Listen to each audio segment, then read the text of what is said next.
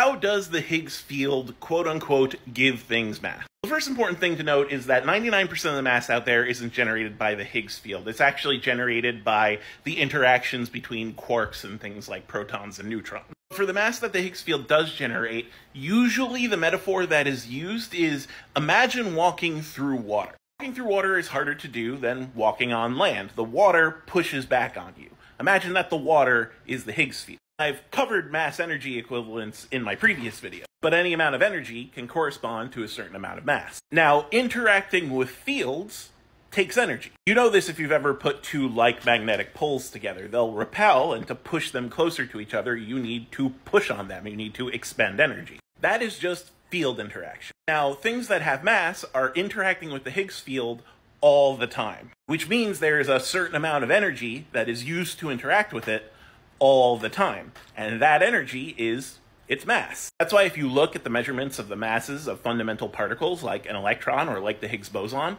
they'll be measured not in what you would think you would measure mass with, like grams, but instead in giga-electron volts, which is a unit of energy. But energy is equivalent to mass, so even though we measure it as a form of energy, we are essentially measuring its mass. So like the mass of the Higgs boson is 125.35 giga-electron volts, give or take. Again, if you think of the Higgs field as like water, that's the energy expended to move through the water. That's the energy expended interacting with the water, as opposed to photons, which don't interact with the Higgs field, and they would be, running on land.